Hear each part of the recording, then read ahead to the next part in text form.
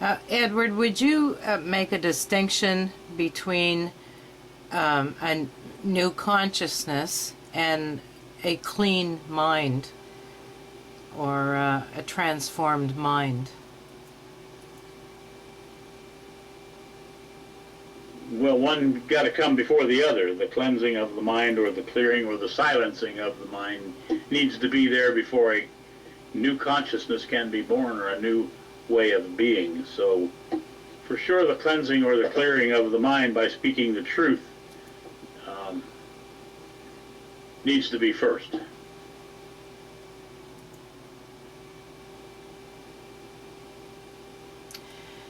Do you see us as natural beings, Edward? In our true self as being completely natural and being a part of what could be called the natural world? Well, you were starting with the naturalness of ourselves. It seems to me as though we lost the naturalness of ourselves a few thousand years ago. Obviously, to pinpoint the time would be obviously difficult to do, or to pinpoint where it happened or when it happened. But we did seem to leave our natural way of being, which was creation and intelligence, and move into thought and belief. And thought and belief have been controlling us in a stranglehold now for thousands of years. So it's time we rise and shine, so to speak.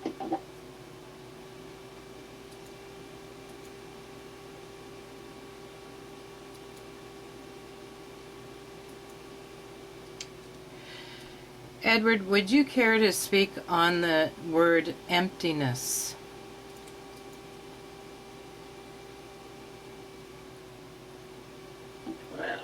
Emptiness. Emptiness is what happens when you speak the truth. It leaves the mind empty. It leaves the mind open to accept anything new, to accept newness. You've probably heard the phrase many times, there's nothing new on planet Earth. That's because our minds are completely filled with repetition, The manner in which we empty ourselves is through the speaking of the truth. And once there's an emptiness there, the transformation we'll experience can take place. A death of ourselves, so to speak.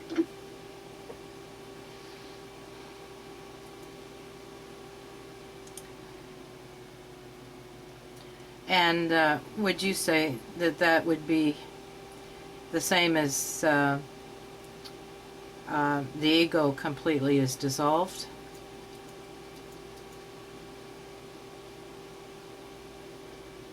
Willy Wonka. Well, when you use the word completely dissolved, it's a bit worrisome, Mystica. But the short answer is yes.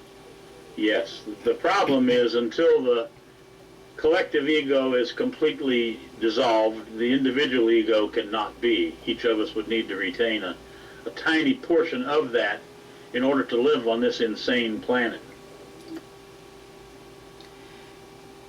I actually, when I spoke those words, I also saw that even with a completely cleaned mind and a dissolved ego, that ego, or identification with ego, could rise momentarily. In fact, I was speaking with this with someone recently about this, and about how and I'm asking if you see what I'm saying, and if you see truth in it. With the mind completely cleaned, or cleaned of all of this add-on stuff, this false stuff,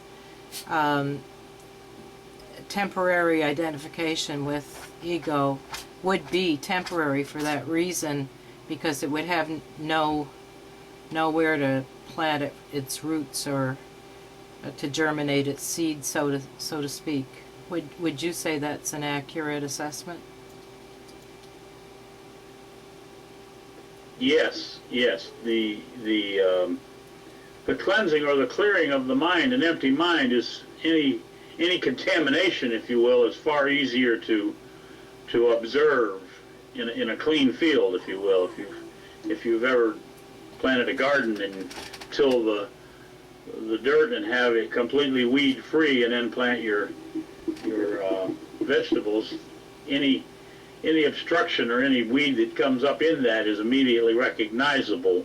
Whereas if it were a complete weed field, then obviously all the weeds needed could grow.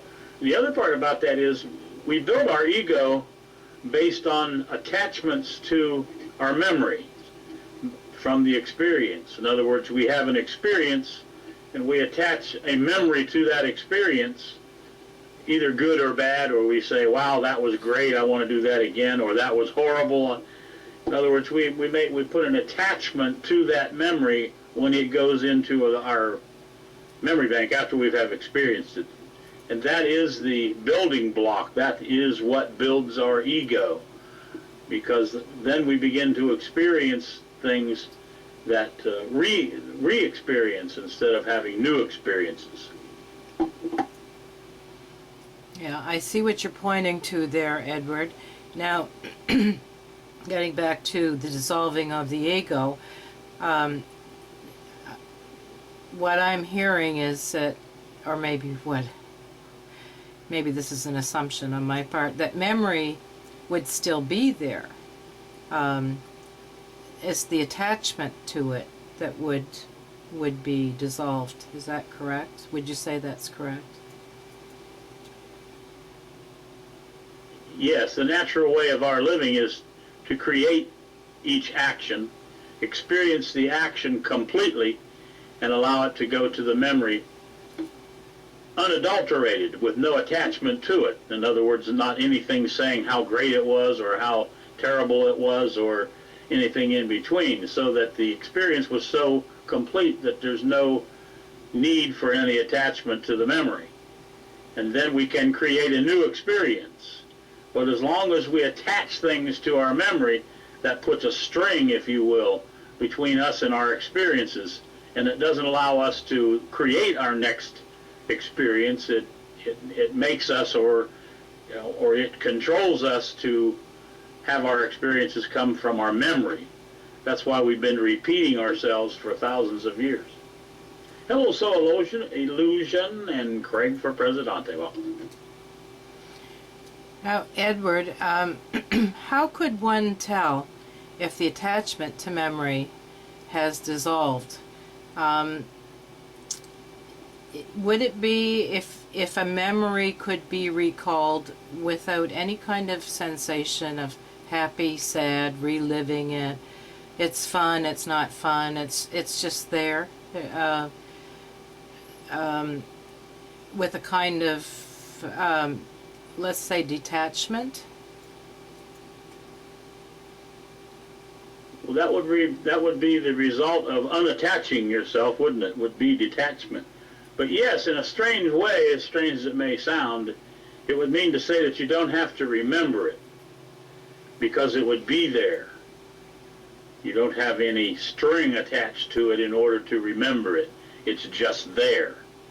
If you remember having several times people in the room, when they'll come up, they'll say, well, I forgot what I was going to say. That's a perfect place to begin saying what it is that you need to say from, because perhaps it'll be something that has not been said before. Could be something new even. So it almost seems like memory at that point would be used only for practical purposes. Kind of like we would still have a mind, but we would be using it instead of it using us. Kind of for practical purposes. Would that be accurate?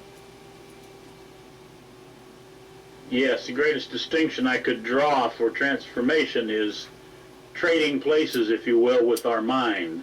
Right now, thinking is thinking us. Thought is controlling us. We are at the effect of our feelings.